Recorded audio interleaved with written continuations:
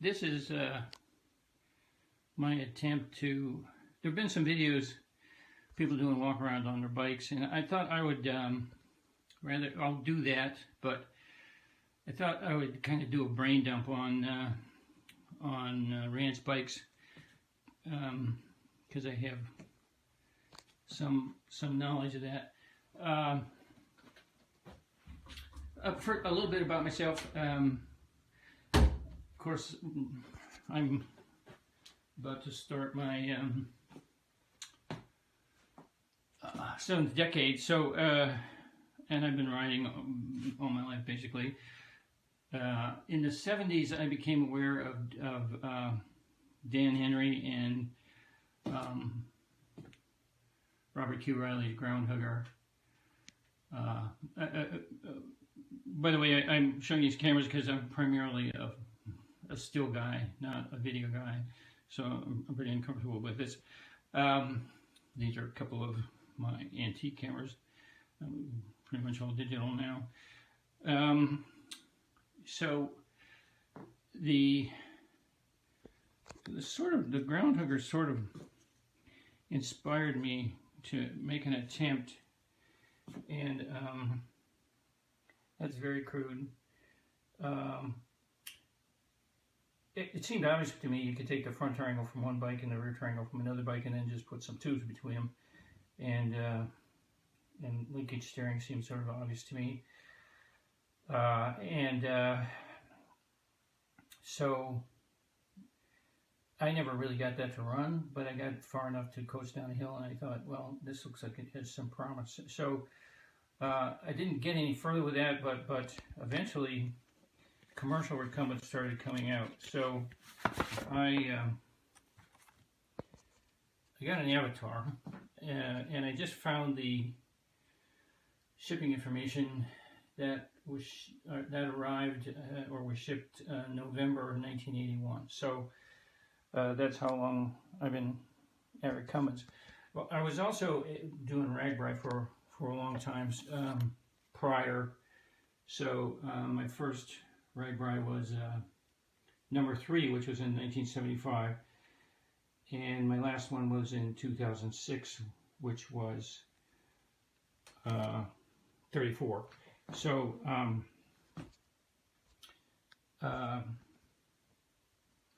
from Iowa, so that's kind of how I got started on ragbri. So I did it for a number of years on a regular bike, and then in the 80s I switched to recumbent. So that's the Avatar. Photos by Drake Hoganson, and that's Dave Felice. These two are probably from the same year. That's a ragbri raincoat. And notes. I toured in France a couple of times on the Avatar, and then I had this Dave Felice, and I had long wheelbase Vision I rode for a number of years, and then over the years I owned a lot of bikes, and in the early days in the 70s I would go to the speed championships.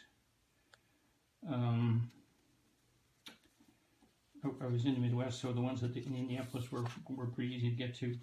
I did go to one in Visalia as well, and I was with I did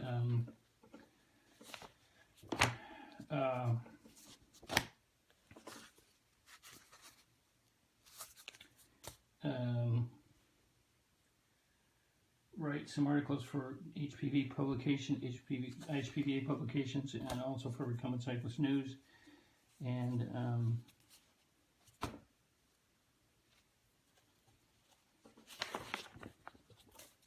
I was kind of fascinated by the backwards pedaling idea. And then if I couldn't go to the thing, I tried to go, this is Easy Racers Recumbent Club. I tried to get there's Recumbent Cyclist News. I tried to get the program anyway, because the programs are really good. And this was back in the day when you had to look at books, so David Gordon Wilson and Alan Abbott were pioneers. This book, I don't know, written in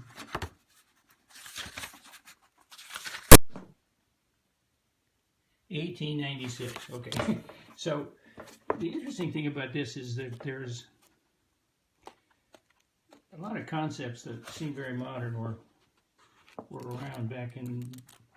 Of course, this was a bicycle boom, right? So in these days, so they were trying everything, and a lot of the concepts that we think are modern were tried out then. The thing that changed bigly is materials. So you know, you'd find sort of arrow wheels, but they were made out of steel. Another David Gordon Wilson.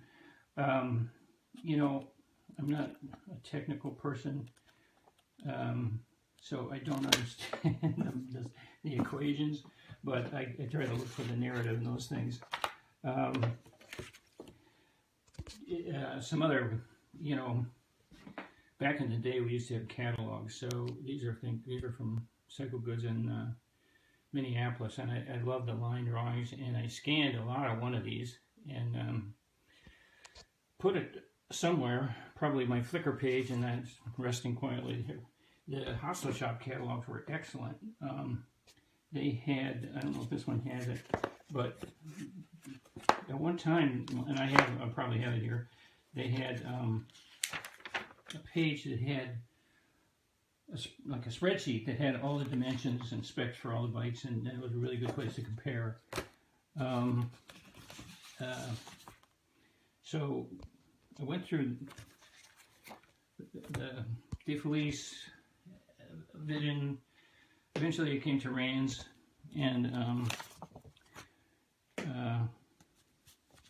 well, I collected a lot of brochures. There's the Infinity. There's the original 81.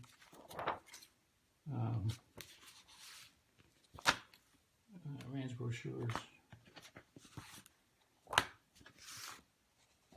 There's the bucket seat. I won't talk about that. So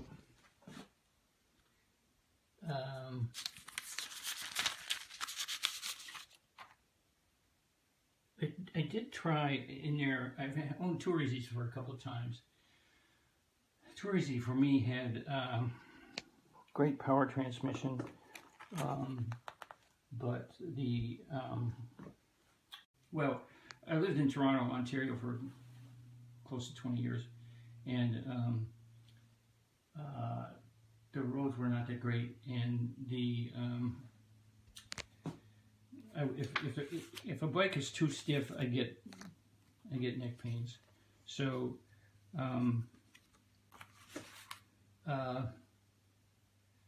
that kind of knocked the tour easy out. I had one when I came back to San Francisco, and it worked pretty well here, but that one was later on, and I personally think it had some alignment issues, and I never quite bonded with that bike.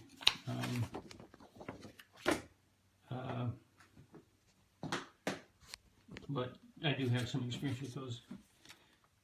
So now I've got, like, let's go out to the garage. I've got 9 Rands bikes, not all of them in this location, but I'm sort of all in now.